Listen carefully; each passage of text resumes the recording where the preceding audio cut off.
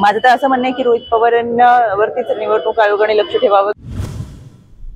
त्याच्या संदर्भात काही मार्गदर्शन दोन्ही मंत्र्यांकडून करण्यात आलं। आजच्या महायुतीच्या बैठकीमध्ये पुणे शहराचं नियोजन, आतापर्यंतचा निवडणुकीचा आढावा आणि उरलेल्या 6 दिवसामध्ये राबवण्याची प्रचार यंत्रणा या संदर्भात आदरणीय अजितदादा, आदरणीय चंद्रकांतदादा यांनी कार्यकर्त्यांना मार्गदर्शन केलं। निवडणुकीच्या शेवटच्या टप्प्यामध्ये येत असताना ज्या काही त्रुटी राहिलेल्या आहेत, काल बारामती लोकसभा मतदारसंघाच्या निमित्ताने आम्ही पाहिलं, यामध्ये अनेक ठिकाणी मतदारांना मतदान करायचं होतं पण त्यांची नावं याद्यांमधून गहाळ झालेली होती किंवा ठिकाणं चुकलेली होती, काहींची वोटर कार्ड असून सुद्धा त्यांना मतदान करता आलं नाही, अशा अनेक गोष्टी होत्या।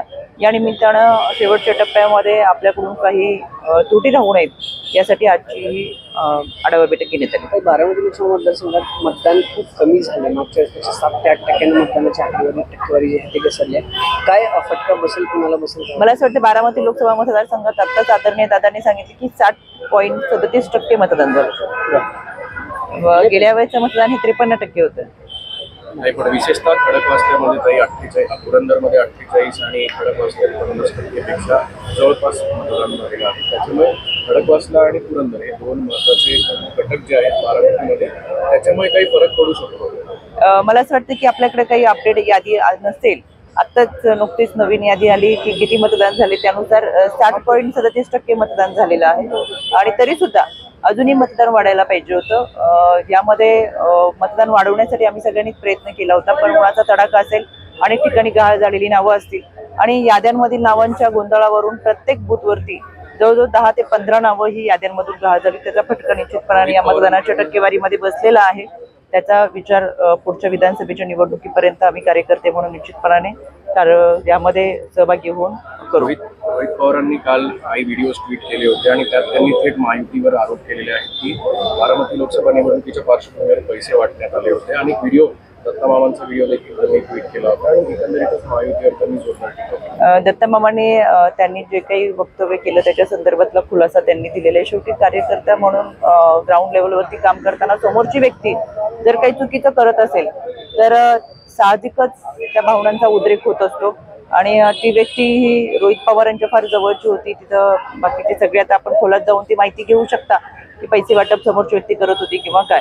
शांततेमध्ये आपल्या गावातलं मतदान पार पाडण्याची जबाबदारी ही दत्तामामांवरती होती आणि ते त्या पद्धतीने करत होते, पण शांततेचा भंग करत किंवा त्यामध्ये काहीतरी विघ्न आणण्याचा प्रयत्न हे जर कार्यकर्ते करत असेल, पण दत्तामामांनी त्याबाबतचा सविस्तर खुलासा आपल्याकडे केलेला आहे। माझं तर असं म्हणणं आहे की रोहित पवारांवरतीच निवडणूक आयोगाने लक्ष ठेवावं। गेले 1-1.5 महिन्यापासून सातत्याने रोहित पवार अशा पद्धतीचं ट्विट करतात आणि ज्या पद्धतीची विधानं करतात त्या सगळ्यांमध्ये त्यांची जर भावना पाहिली तर एक नैराश्याची भावना आहे। यामध्ये ते सातत्याने आरोप करतात आणि त्यांना माहिती आपण आपला विजय कुठेही होणार नाही, लोकांनी आपला जनाधार नाकारलेला आहे, त्याच्यामुळे अशा पद्धतीचे ट्विट करणं, जनतेमध्ये संभ्रम निर्माण करणं, म्हणून माझीच निवडणूक आयोगाला विनंती आहे की सगळ्यात जास्त लक्ष रोहित पवारांवरती ठेवा।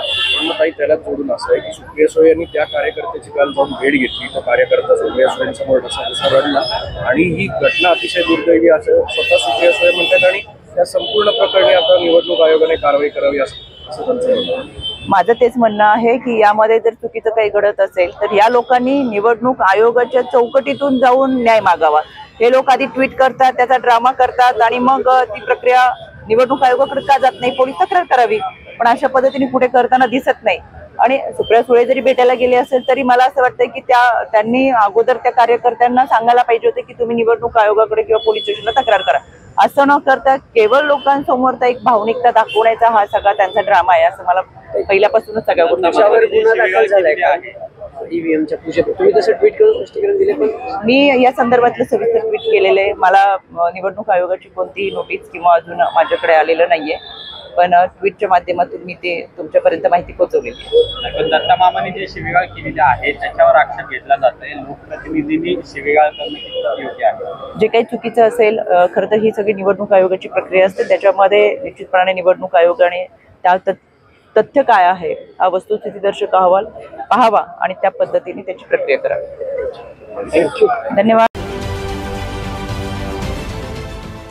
देश विदेशातील प्रत्येक घडामोडींचे लाईव्ह अपडेट मिळवण्यासाठी आता साम टीव्हीच्या सर्व सोशल मीडिया प्लॅटफॉर्मला लाईक, फॉलो आणि सबस्क्राईब करा।